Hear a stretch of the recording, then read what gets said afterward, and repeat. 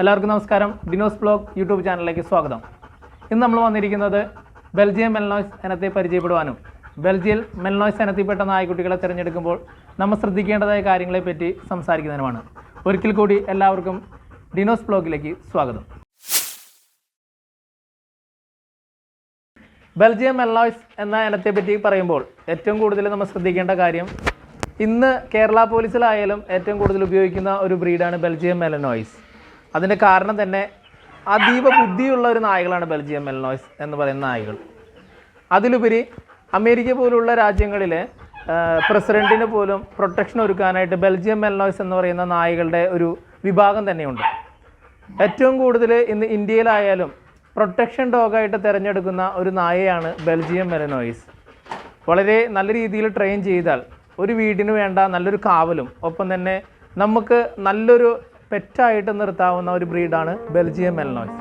അപ്പോൾ നമുക്ക് കൂടുതൽ വിശേഷങ്ങൾ ബെൽജിയം മെലനോയ്സിനെ കുറിച്ച് അറിയാം.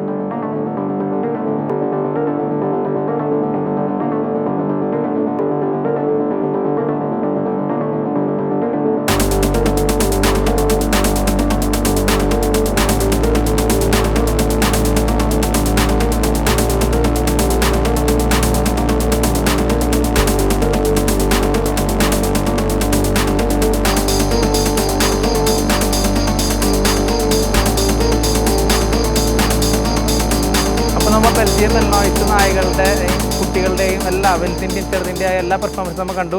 നമ്മൾ പ്രധാനമായിട്ടും നമ്മളിന്ന് പറയാൻ ഉദ്ദേശിച്ച കാര്യം ബെൽജിയം മെലനോയ്സിൻ്റെ ഗുണങ്ങളാണ്. നമ്മൾ തുടക്കത്തിൽ അത് ചെറുതായിട്ട് പറഞ്ഞിരുന്നു. അതിലുപരി ഇന്നിപ്പോൾ പറയാൻ പോകുന്നത് ബെൽജിയം മെലനോയ്സ് നായ്ക്കുട്ടികളെ തിരഞ്ഞെടുക്കുമ്പോൾ നമ്മൾ ശ്രദ്ധിക്കേണ്ടതായ കാര്യങ്ങൾ എന്തൊക്കെയാണ്. പിന്നെ ബെൽജിയം മെലനോയ്സ് നായ്ക്കുട്ടികളെ എടുക്കുമ്പോൾ ഇവരുടെ ഫേസിലെ ആ ഒരു ബ്ലാക്ക് മാസ്ക് അത് വളരെയേറെ ശ്രദ്ധിക്കുക. ഇവരുടെ മാസ്ക് എത്രമാത്രം ഉണ്ട്, ഫേസിൻ്റെ ആ ഒരു നോസിൻ്റെ ഭാഗം ശ്രദ്ധിക്കുക. ഇപ്പോൾ തന്നെ അറിയാം, ഈ കുട്ടീനെ ഇപ്പോൾ നോക്കിയാൽ തന്നെ അറിയാം നല്ല ആരോഗ്യമുള്ളൊരു കുട്ടിയാണ്. അപ്പോൾ തന്നെ ഒരു ബോൺ സൈസ് ആയാലും ഇപ്പോൾ നല്ല ബോൺ സൈസുള്ള കുട്ടിയാണ്. ഏറ്റവും കൂടുതൽ നമ്മൾ ശ്രദ്ധിക്കേണ്ട കാര്യം, നമ്മളൊരു വീട്ടിലേക്കാണ് നമ്മളൊരു ഗാർഡിങ് അല്ലെങ്കിൽ പ്രൊട്ടക്ഷൻ ഡോഗായിട്ടാണ് നിർത്താൻ ഉദ്ദേശിക്കുന്നത്, തീർച്ചയായിട്ടും അവരുടെ ആറ്റിറ്റ്യൂഡ് അല്ലെങ്കിൽ അവരുടെ ആ ഡ്രൈവ് എത്രമാത്രം ഉണ്ടെന്ന് നോക്കിയതിന് ശേഷം മാത്രം ഡോഗിനെ സെലക്ട് ചെയ്യാൻ നോക്കുക.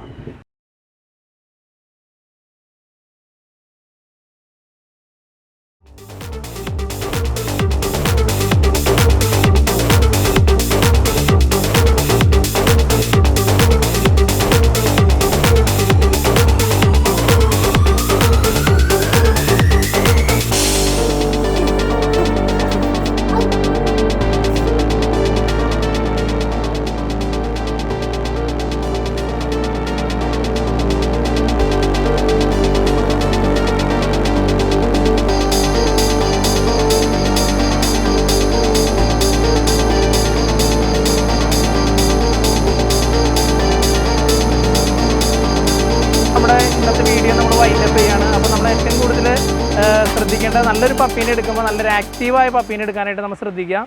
ഒപ്പം തന്നെ നമ്മൾ ആ പപ്പീനെ എടുത്തതിന് ശേഷം നമ്മൾ എപ്പോഴും പപ്പിക്ക് നമ്മുടെ ഒരു നേരത്തെ ഫുഡെങ്കിലും നമ്മുടെ കൈകളിൽ പിടിച്ച് കൊടുക്കാൻ നോക്കുക. നമ്മുടെ ട്രീറ്റായിട്ട് നമുക്ക് കൊടുക്കാൻ നോക്കുക. പപ്പിയായിട്ട് നല്ല അറ്റാച്ച് ആവാനായിട്ട് നമുക്ക് സാധിക്കും. ഒപ്പം തന്നെ വരുന്ന വീഡിയോകൾ നമുക്ക് ഇതിനെ ഒരു പപ്പിയെ കിട്ടി നമുക്ക് എങ്ങനെ ട്രെയിൻ ചെയ്യിക്കാം, ഒപ്പം തന്നെ വ്യത്യസ്തമായ ബ്രീഡുകളുമായി നമുക്ക് നേരിൽ കാണാം. അതുപോലെ തന്നെ നമ്മുടെ ഡിനോസ് ബ്ലോഗ് സബ്സ്ക്രൈബ് ചെയ്യാനുള്ളവർ തീർച്ചയായിട്ടും സബ്സ്ക്രൈബ് ചെയ്യാം. നിങ്ങളുടെ പോരായ്മകൾ നിങ്ങൾ കമൻറ്റ് ബോക്സിൽ രേഖപ്പെടുത്തുക. അത് തിരുത്തി നല്ലൊരു വീഡിയോ ആയിട്ട് നമുക്ക് കാണാം. Okay, have A nice day.